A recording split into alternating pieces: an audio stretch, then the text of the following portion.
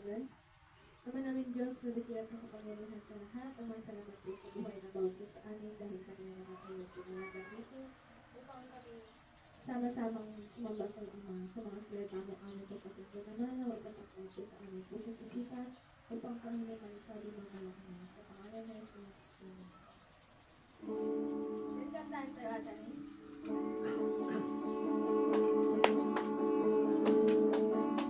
Katulad ng mga agila tayo ay lipat, hindi mapapagod ang ating mga pagpapag. Tayo'y magdadala ng buhay at sigla sa mga anak ng Diyos na nag-iingat. Katulad ng mga agila tayo ay lilipad, hindi mapapagod ang ating mga pagpapag. Tayo'y magdadala ng buhay at sigla sa mga anak ng Diyos na nag-iingat. Halika na, umayo na, ipahayag ang tagumpay niya. Halika na, at magdala, magbibigay kalakasan sa presensya niya. Ito ang panahon, di na uso ang magbaslay. Ito ang panahon na pagbabalik noon sa Kanya. Sama-sama na magpapuri sa ngalan niya, at ang gawa ng Diablo ay tutubukin na. Halika na, umayo na, ipahayag ang tagumpay niya. Halika na, at magdala, magbibigay kalakasan sa presensya niya. Halika na, halika na, umayo na, ipahayag ang tagumpay niya. Halika na, at magdala, magbibigay kalakasan sa presensya niya. Magbibigay kalakasan sa presensya niya. Oh, oh, oh, oh, oh, oh, oh, oh, oh. Araw-araw kasiyahan, araw-araw kagalakan, araw-araw o Diyos, araw-araw o Diyos. Araw-araw sasamahan, araw-araw iiwan, araw-araw o Diyos, araw-araw o Diyos.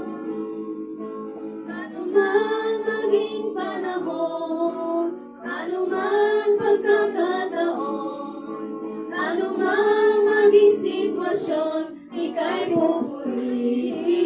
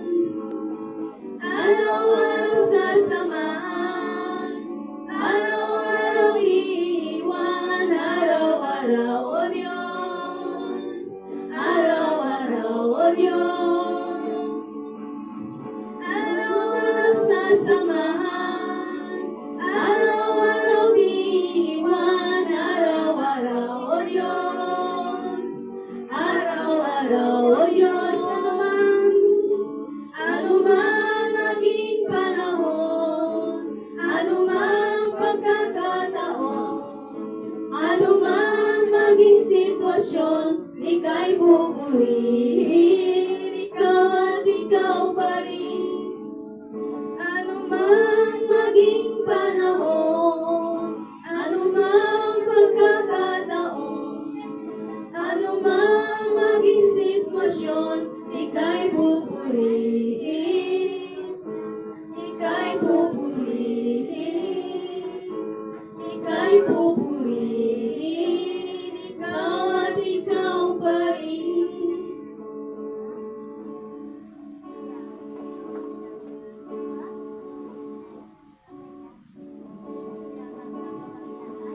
Habang hindi karapat-dapat, magugulan ng habag at wagas mo pagsinta. Habang walang kakayanang masuklian ka ng mabuti sa lahat mong ginawa. Niyakap mo ako sa aking karumihan. Inibig mo ako nang di kayang tumbasan. O Diyos ng katarungan at katwiran na kahit minsa'y di na mahiran ang kabanalan, kawalhatian. Salamat sa sukdulang biyaya mo, O Diyos ng pag-ibig na mas malawak pa kaysa aking mga pagkakasala. Higit pa sa buhay ko, salamat sa sukdulang biyaya mo. Habang hindi karapat-dapat, magugulan ng habag at wagas mong pagsinta. Habang walang kakayanang masuklian ka ng mabuti sa lahat mong ginawa. Niyakap mo ako sa aking karumihan. Inibig mo ako nang di kayang tumbasan. Niyakap mo ako sa aking karumihan. Inibig mo ako nang di kayang tumbasan. O Diyos ng katarungan at katwiran na kahit minsa'y di na mahiran ang kabanalan, kawalhatian. Salamat sa sukdulang biyaya mo, O Diyos ng pag-ibig na mas malawak pa kaysa aking mga pagkakasala. Higit pa sa buhay ko, salamat sa sukdulang biyaya mo.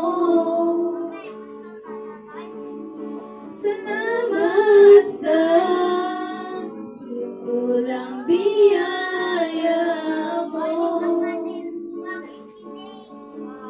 Kabanal-banalang Diyos, walang katulad mo. Lahat ng buhos sa iyo ay luluhod. Lahat ng labi magsasabing ikaw lamang, Jesus,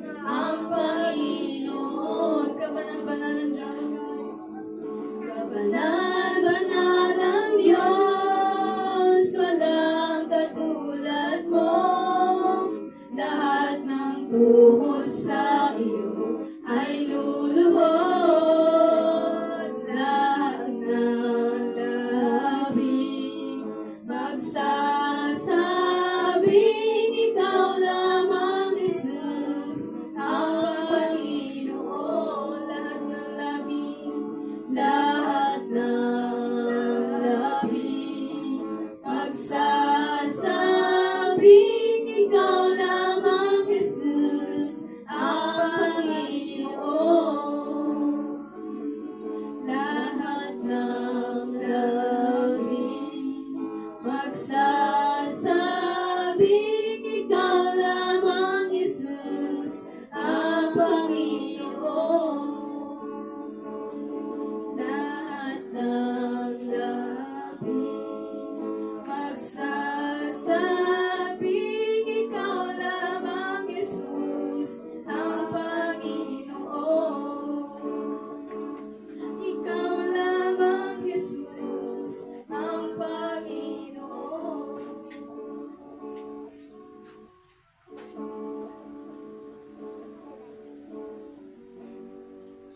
Hallelujah, Jesus. Hallelujah. May Ama, nandito naman po kami sa iyong harapan. Nagpapakumbaba namin ang lahat ng aming mga pagkakasala. Nawa, ilinisin mo kami sa panal na iyong mga salita at maging silbing patnubay, gabay sa aming pang-araw-araw na buhay.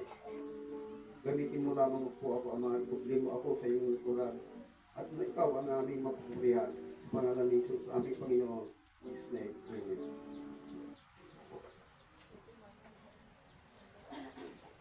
Magandang umaga sa lahat, at mga kapatid. Magpasalamat po ako. Ako naman po ay nabigyan na naman ng pagkakataon na mag-share sa inyo ng salita ng ating Panginoon at naway magsilbing gabay sa atin pang araw-araw na buhay. Amen. Usahin natin yung ating pag-aaral ngayon, umaga.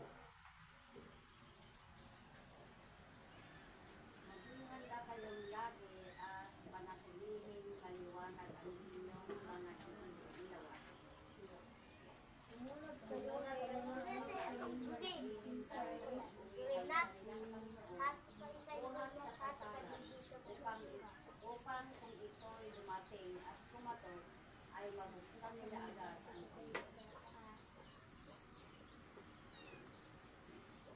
pinagpala ang mga aliping aabutang nagbabantay pagdating ng kanilang Panginoon.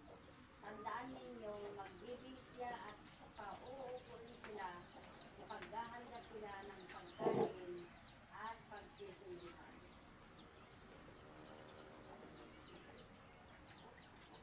Pinagpala sila kung maramlan silang handa pagdating ng Panginoon, maging sa hating gabi o sa madaling araw man.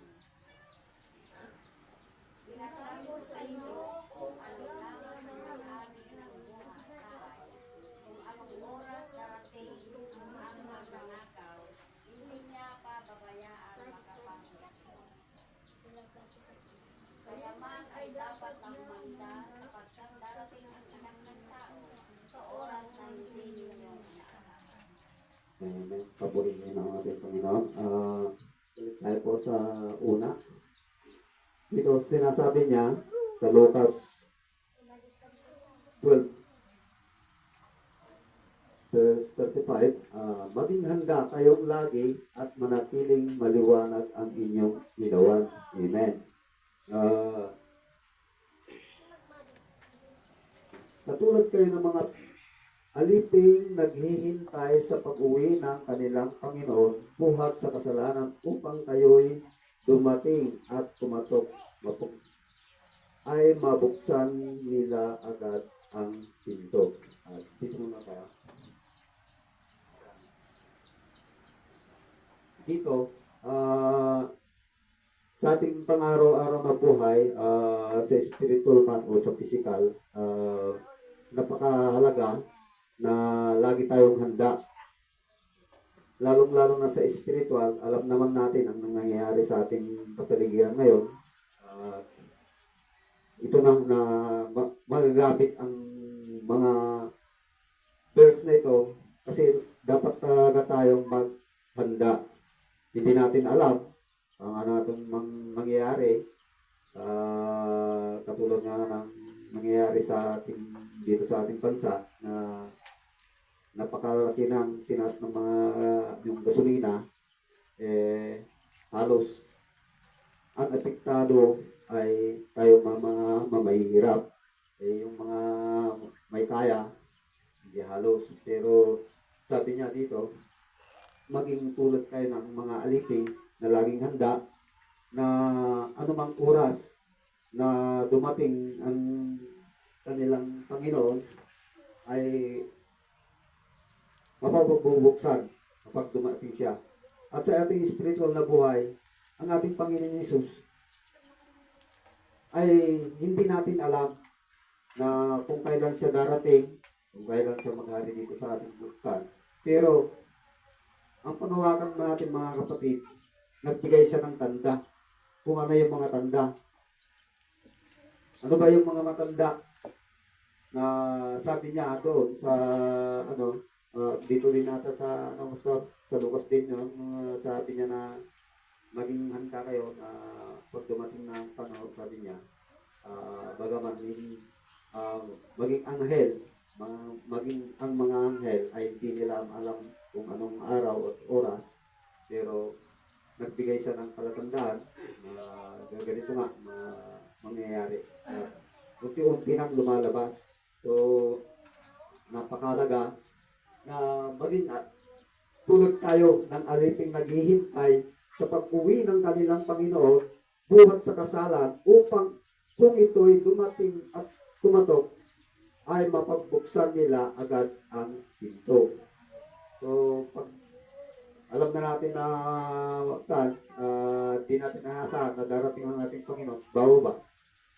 Naging handa na tayo at kapag na siya ay nag-ahari na, tayo kasama niya mag-ahari sa kanyang harihan, pasok tayo sa kanyang harihan.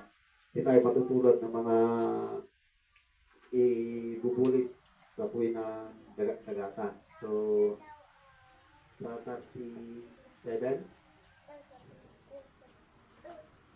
pinagpala ang mga aliping aabutang nagbabantay pagdating ng kanilang Panginoon.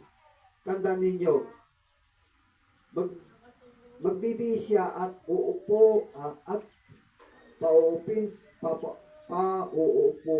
sila, ipaghahanda sila ng pagkain at pagsisilbihan. Hindi ko man masyadong yung siguro si Pastor Carlos na lang mamaya. Pero ang alam ko lang dito, kapag tayo'y tapat hanggang wakas, nalalaman na natin ang katotohanan, maging handa lang tayo at maging tapat sa ating Panginoon, sumunod sa kanyang kalooban. Ito na yun, na kapag dumating siya, kapag nandun na tayo sa kanyang kaharian, ay kung ano yung tayo ay kanyang pamumunuan, kasama natin siya, katulad ng mga sabi pa niya doon ng mga mayroon pang sinabi ng Panginoon sa Jerusalem na yung mga pinuno nga na sabi niya na gusto ko kayong akayin na tulad ng sisiw at magpubli sa ating mga upak. Yun po ang talagang punto ng ating Panginoon nung nagkataon-tao siya na dapat sana ang mga namumuno, nagpapatukod ng kautusan, mga parasiyo, mga pari, pero nakakalungkot sa panahon ngayon, imbes na yakapin nilang Panginoon, hindi, tinakwil siya. So, dapat hindi tayo ganon. Alam na natin na payag na ang pag-aari ng ating Panginoon at ito'y sana natin yakapin din. Amen po ba? So, tayo sa ano.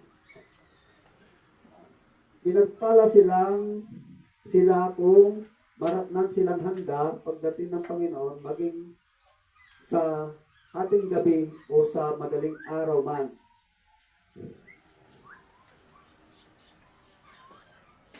Pinasabi ko sa inyo, kung alam na lamang ng may-ari ng bahay kung anong oras darating ang mga magnanakaw, hindi niya pababayaan makapasok dito.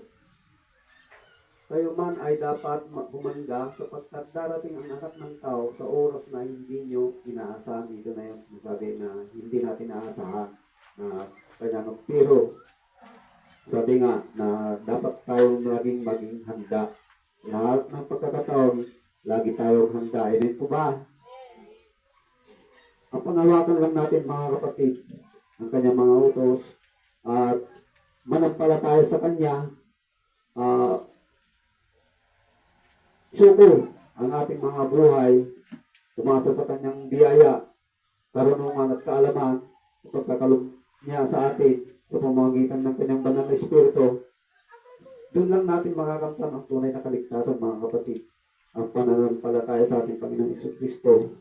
Hindi natin kaya sa sarili nating kaparaanan, kung hindi, sabi nga niya, kapag kayo hiwalay sa akin, wala kayong magagawa. Kaya kapag wala tayo sa ating Panginoong Isus, wala tayong magagawa sa ating sariling mga kakayanan. Hindi sa pamamagitan ng sa Kanya, na tayo sumampalataya sa Kanya, lang tayo mapapagtagumpayan lahat ng ating nararanasan. Mag-testimony lang ako ngayon. Nung Biyernes, diba, pasting natin, Pastor. Yun nga, yung dalawa, nag-uwi kasi, inuwi namin kasi yung mga equipment. Actually, nung Huwebes pa, yung kasama ko kasi, kahit din ako, Pastor, akala ko, updi lang na akala namin i-clearing ko lang yung matatapos na gano'n. Tapos hindi ko namin inaasahan. Nung ilalabas ko na yung equipment, hinabol ako ng may-ari na ito nga, saglitin mo na rin, sabi niya. Sige sir, sabi ko, dalawang ikot lang. Ako naman, ang inisip ko, parang balikan lang, tapos na. Pero nung inumpisan ko, hindi ko maano na, hindi pala kaya na hanggang sa maabot na kami ng hapon na, tapos na-discredit pa yung bulldozer.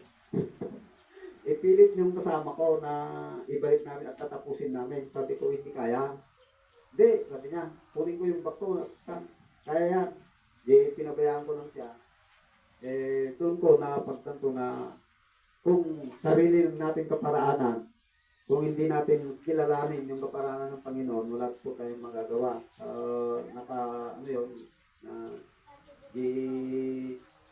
Alas 6 na, ng halos hindi na namin makita.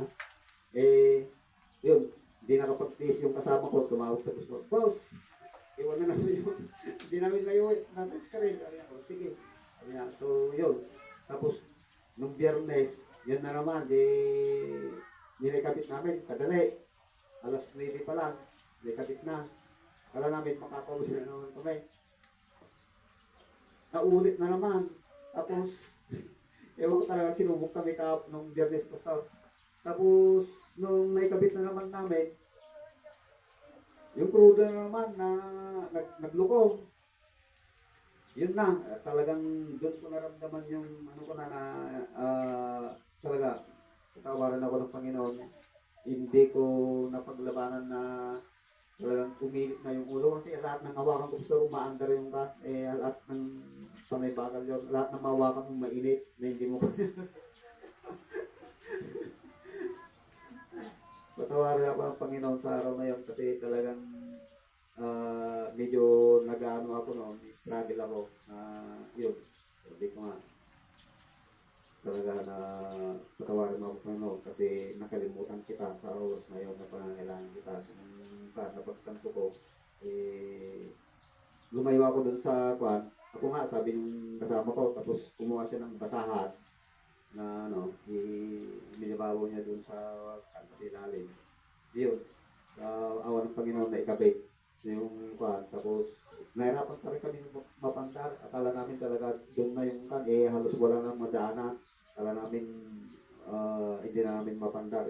Sabi ko, no, alam ko, walang imposible sa'yo. Sabi ko, yun, sa awa ng Panginoon, napandar din namin. Naiuwi namin yung mga equipment. So, ganun talaga.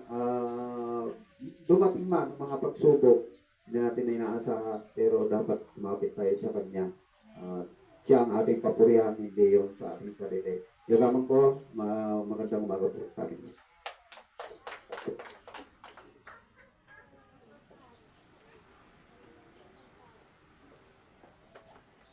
Okay, salamat sa shinare mo, brother eh. Parang yung testimony mo kasi yung dahil sa pagsubok, hindi mo na matiis yung pagsubok na yan, kaya uminit yung ulo mo. Ganon din ang paglilingkod natin sa Diyos. Kung hindi natin pagtiisan yung mga pagsubok o paglabanan, mapapagod lang po tayo. At titigil yung mga iba. Lalong-lalo na ngayon, hindi ba? Lahat ng mga churches ngayon, wala na kayong mapakinggan na mensahe, kundi maghanda kasi magra-rapture na daw. Lalong-lalo na itong gira na to. Ayan daw ang palatandaan na dapat maghanda. Balikan nga natin yung 37 ata yun. 37. Pinagpala ang mga alipin, aabutan, nagbabantay pagdating ng kanilang Panginoon. Tandaan ninyo, magbibi siya at pauupuin nila sila, ipagkahanda sila ng pagkain at pagsisilbihan. Okay. Ito kasi yung mangyayari pagdating ng araw.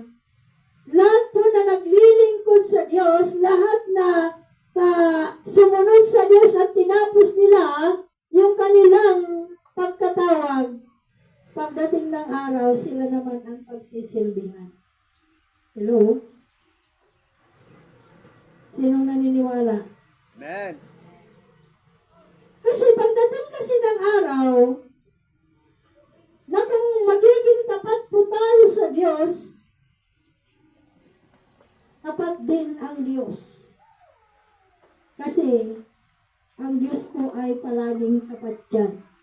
Kahit baliktarin natin, ang Diyos po ay laging tapat. Hindi kagaya ng tao. Sino ba yung tapat sa atin?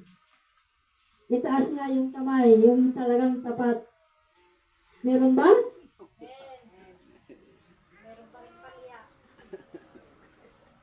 Kaya hindi tayo perfecto, may supply kung minsan. Sino bang hindi sumasablay sa atin? Lahat po tayo sumasablay. Pero ang Diyos po ay walang sablay, palaging tapat yan. Kaya ang sinabi niya, sabi niya, ipagkahanda sila ng pagkain at pagsisilbihan. Yan po ang mangyari pagdating ng araw. Kaya kung nasa loob ka ng kingdom, wala ka ng problema pagdating ng araw. Kasi nung nasa Egypt pa yung mga Israelita, nung nasa Gusip po sila, may pagsubok sa palibot nila, pero sa Gusip po ay wala. Amen. Ganun din ang mangyari pagdating ng araw.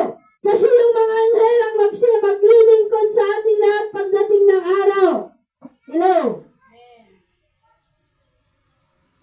Kaya minsan, dahil lang sa pagsubok, kung minsan napapagod po tayo. Pati manalangin kung minsan. Kasi naranasan ko na yung panalangin ko kung minsan kukunti lang. Maiksi lang. Dahil sa dinadaanan ng katawan. Pero, kapatid, kapamilya, pagdating kasi ng araw, ang gusto ng Diyos,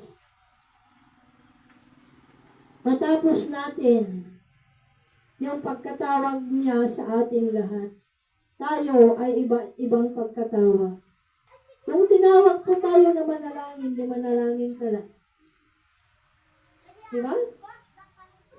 Kaya iba-ibang pagkatawag natin, hindi tayo pantay-pantay, hindi tayo parehas.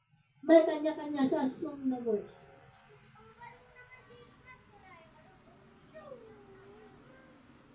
Pinagpala sila kung maratnan silang handa pagdating ng Panginoon, maging sa hating gabi o sa madaling araw man. Kaya kung titignan natin ito, dapat tayong maghanda pero hindi kagaya ng relihiyon nang hinahandaan nila yung rapture. Tayo, ang hinahandaan natin inaasahan natin yung pagdating ng Hesus na maghahari. Amen. Yung pagdating ng Panginoong Hesus na maghahari sa mundo, na yan po ay mangyayari pagdating ng araw, maghahari siya ng loob ng 1,000 taon. Ilang taon na po tayo? Sino pinakamatanda dito? Si ate. Ilang taon ka natin? 65. Wala pang 100. 65. Ako, ayaw ko na yung 100.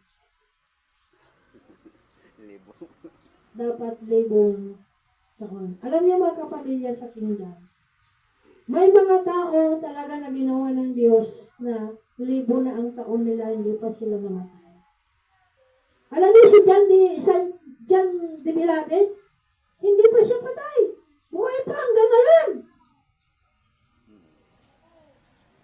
Ilang taon na? Kaya, kasi sabi ng Panginoon, mayroon sa inyo ang hindi nila mararanasan yung kamatayan hanggang dumating ang pagkahari ng Panginoong Hesus.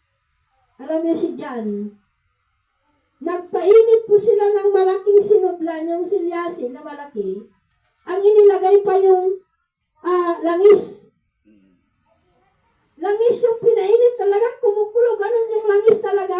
Tapos, itinapon nila si John doon sa kumukulong langis. Pero sa awa ng Diyos, si John po ay tumayo. At walang karapatan yung langis na mapasok ang kanyang katawan. Ganon po katindi ang ginawa ng Diyos kay John. Kaya hindi nila mapatay. Kahit anong gawin nila, hindi nila mapatay si John, yung mga kaaway ng Diyos. Kaya si John, itinapon nila sa Isla Patmos.